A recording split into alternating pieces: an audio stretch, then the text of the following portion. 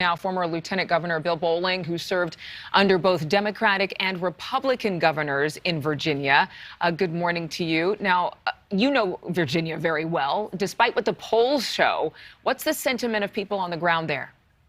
Well, I think that's everybody's guess at this point. As you've discussed, the polls are incredibly close. The momentum certainly seems to be behind the Youngkin campaign, but Democrats have historically had a very good voter turnout machine in Virginia. So it is a cliche, but it's true. It really does come down to who shows up at the polls, who has cast early votes, who has cast no excuse absentee votes, and then, of course, who shows up at the polls tomorrow. This race could go either way, depending on voter turnout. With your history in the state, do you feel that people on either side of the aisle are simply fed up? Are they looking for a fresh voice? Well, I think that the Democrats who have controlled Virginia state government, particularly for the last couple of years, have overplayed their hands on a number of liberal initiatives that they've implemented in Virginia. That has certainly served to fire up the Republican base. I think that's responsible for a lot of the enthusiasm behind the Youngkin campaign. And it's caused truly independent voters to break, according to the polls, about 2-1 in favor of Mr. Youngkin.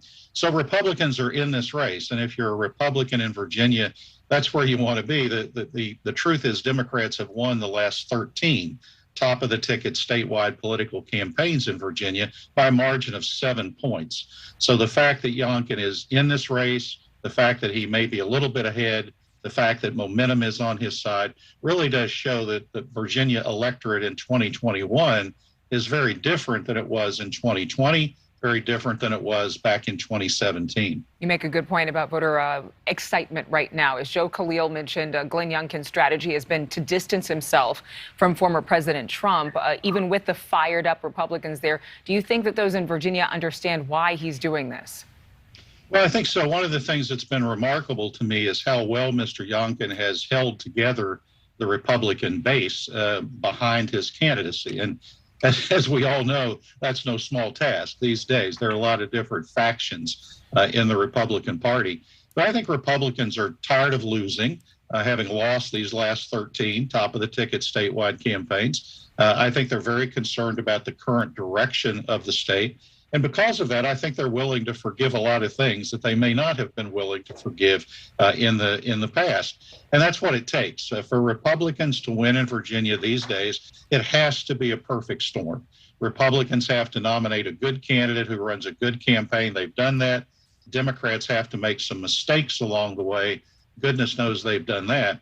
And then the national political mood has to be favorable for Republicans. And with President Biden's approval ratings coming down like leaves in the fall, that certainly has given a boost to the Youngkin campaign. Well, it could be a new season for sure in Virginia. Thank you so much, Bill Bolling. We are going to be watching this race extremely closely. We appreciate your time. NewsNation's On Balance is going on the road to cover this highly contested race. They will have live reports from Virginia tonight, and on Election Day, they will be in our nation's capital. You can watch those reports tonight on NewsNation right here, starting at 7 Eastern, 6 p.m. Central Time. Thank you so much for watching. Make sure to click on the red subscribe button below so you can get more of NewsNation's fact-driven, unbiased coverage.